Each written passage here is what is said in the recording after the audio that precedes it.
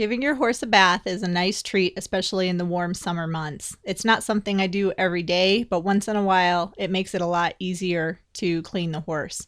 So the first things you're going to need is shampoo. I use typically equine or horse shampoo, a detangler or a conditioner. Again, I also try to use horse-related conditioner.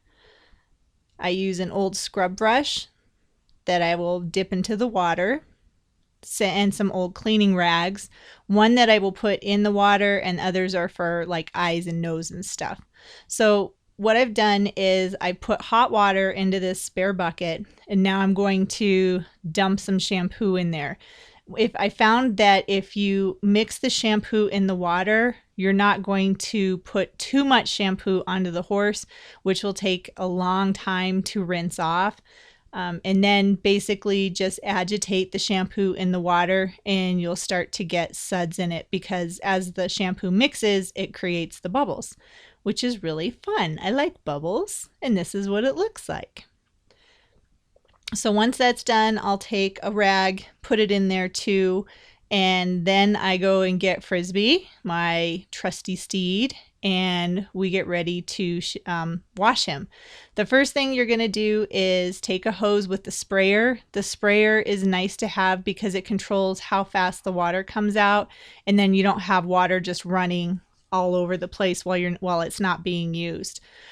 As you can see, I have Frisby that I'm holding him in hand, because since I don't wash him frequently, I want him to get used to the water, and I want to be able to hold him because I don't want him to pull back and, spook and just have a fiasco. So typically I will just exactly what I'm doing here, just spray him off, starting at his feet and then working my way up his body. He doesn't mind so much once he gets used to it, but at first sometimes he can get a little panicky and he's like, oh my gosh, what are you going to do to me? So this is why I try to do it slowly and just get him acclimated to the water.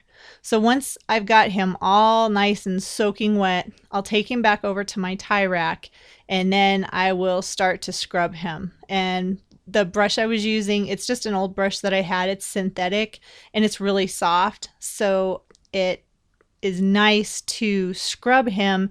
Then I can work into into his skin, but it's not gonna hurt his skin because it's not very hard. I might work it a little bit more, especially in his butt, because he likes to lay down in his stall and he rolls and he just gets really, really dirty. And also on his legs, because he has 3 white legs, I try to work the shampoo in there a little bit more. And I can even use it on his hoofs, the brush, because it's soft and it won't hurt his, the natural oils and stuff of his hoofs, and it won't rub them raw or anything. But again, just scrubbing him all over and really working the shampoo water mix into his coat.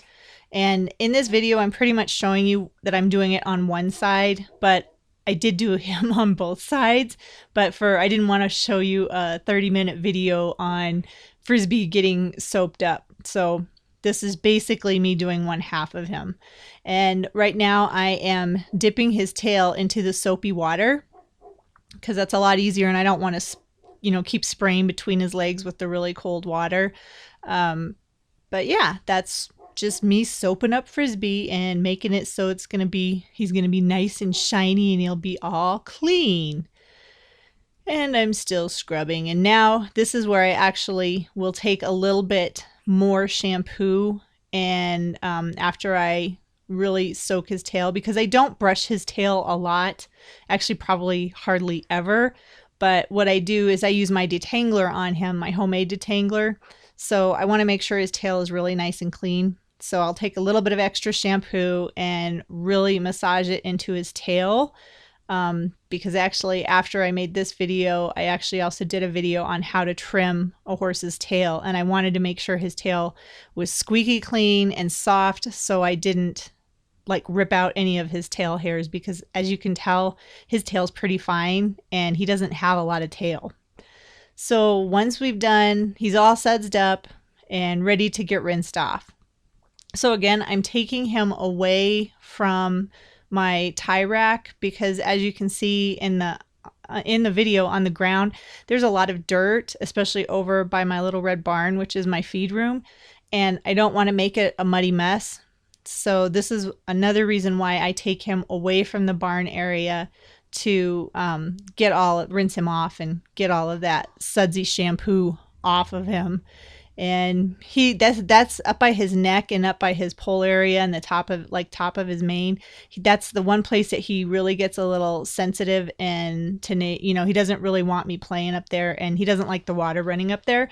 So I do it for a little bit and then go back to the rest of his body. And by this time, I mean, we've been, bathing him now for probably about a half an hour. So by this point in time, he's pretty much accustomed to the hose and the water. So every once in a while, you'll notice that I drop the lead rope and I'm not holding on to it. If you have a horse that tends to run off, then I probably wouldn't drop the lead rope. But I've had Frisby for, I think, almost 10 years now. And even though, you can have instances and that's how accidents happen, he's pretty accustomed to me and I'm pretty accustomed to him and what he's going to do. So I give him a little bit of leeway, but not too much. And here is the last part of what I do on his bath is I just get a plain rag and just start. It doesn't have any soap on it. It's just water. And then I'm washing off his face, washing off his eyes, his face, up by his ears, his poll, and then in his nose and underneath like his chin, so that he is nice and clean, but there's not a lot of chemicals that are on his face. That's why I'm really rubbing him, and he likes that part of it. So this is how I give my horse a bath. It's pretty easy and it's fun, and especially when the weather's hot and you want easy grooming, this is the best way that I can find to get it done, is just give him a bath.